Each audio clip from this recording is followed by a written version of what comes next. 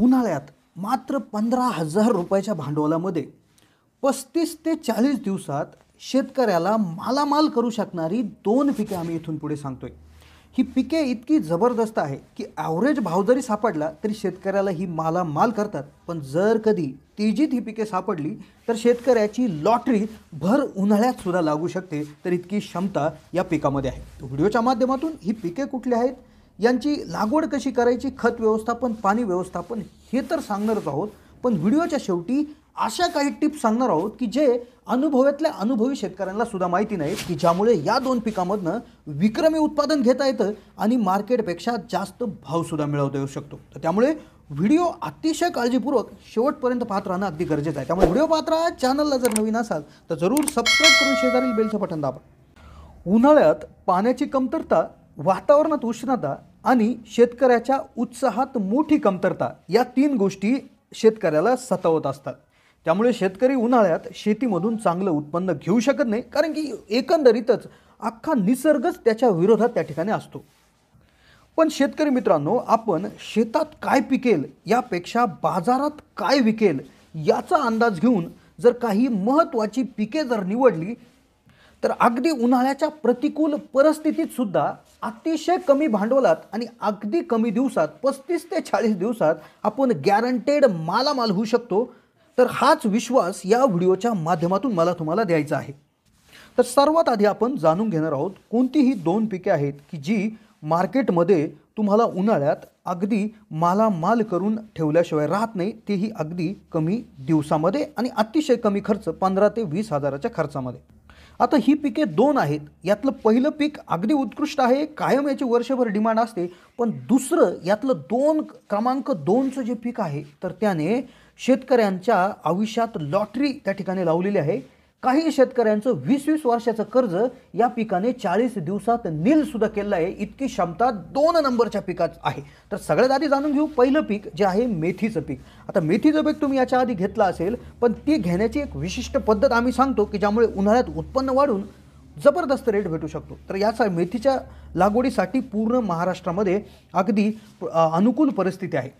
भाजीपाला पिकामध्ये मेथी अतिशय लोकप्रिय भाजी आहे। मेथीचा वापर आहारात विविध प्रकारे करता येतो। मेथी या भाजीला हंगामानुसार चांगला भाव भेटत असतो। या भाजीची मागणी वर्षभर जवळपास सारखीच असते। त्यामुळे मेथी पिकाची लागवड करून अगदी चांगलं उत्पन्न मिळवणं अगदी सहज सोपं आहे।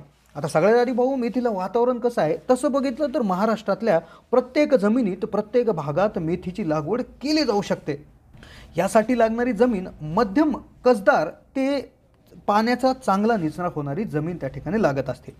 मेथीचे जर प्रकार बघितले तर दोन प्रमुख प्रकार येतात। एक असते कसुरी मेथी आणि दुसरी आपली गावठी मेथी।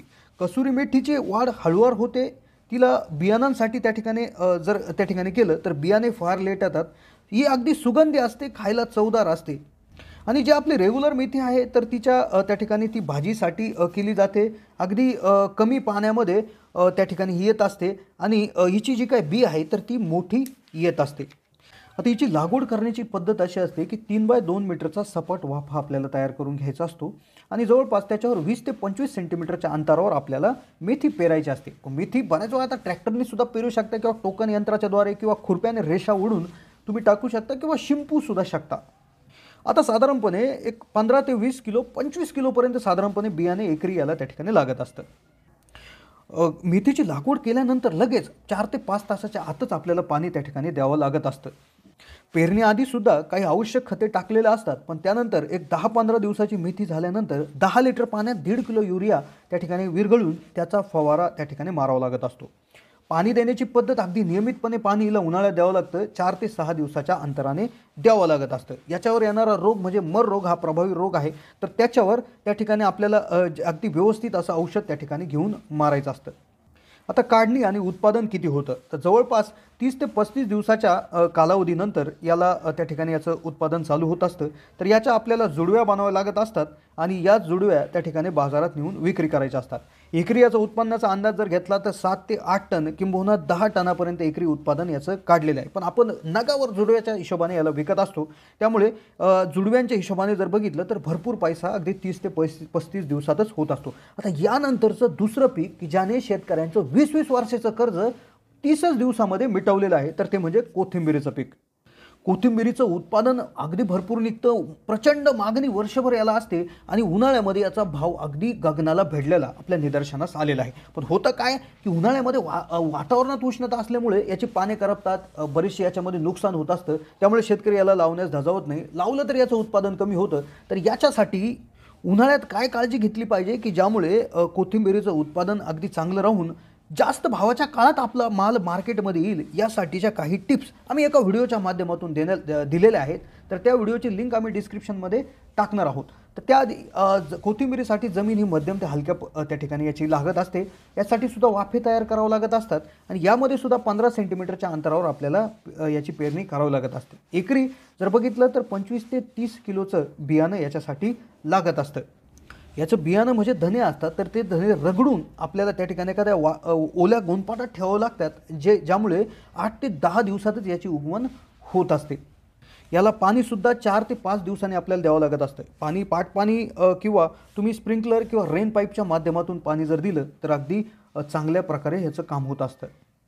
पेरणीपूर्वी याला तुम्ही एकरी 6 ते 8 टन शेणखत त्या ठिकाणी द्यायला पाहिजे, जेणेकरून याचं उत्पादन वाढत असतं. याच्यावर येणारे 2च प्रमुख रोग आहे, मर रोग आहे आणि भुरी रोग आहे. काढणी पेरणीनंतर याचं जे काही उत्पादन आहे तर ते 35 ते 40 दिवसात त्या ठिकाणी येत असतं.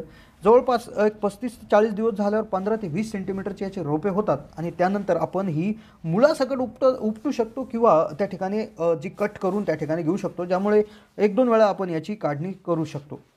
याचं उत्पादन जर आपण बघितलं तर एकरी 2.5 ते 3.5 टनापर्यंत याचं उत्पादन झालेलं आहे. याच्यासुद्धा जुडव्या बनवून आपण बाजारात विकत असतो. तर उन्हाळ्यात नक्कीच अगदी व्यवस्थित काळजी घेतली तर 100% याच्यामधून भरपूर उत्पादन निघालेलं आहे. लोक मालामालसुद्धा झालेले आहे. आता उन्हाळ्यात याची लागवड कशी करायची, काय काळजी घ्यायची, काय जुगाड लावायचा, याच्याविषयीचा व्हिडिओ आम्ही टाकलेला आहे. तर तो तुम्ही आता त्या ठिकाणी बघू शकता. याच्यावर क्लिक करून लगेच तुम्ही हा व्हिडिओ पहा. व्हिडिओ आवडला असेल तर नक्कीच लाईक करा. चॅनलला नवीन असाल तर जरूर सबस्क्राईब करा.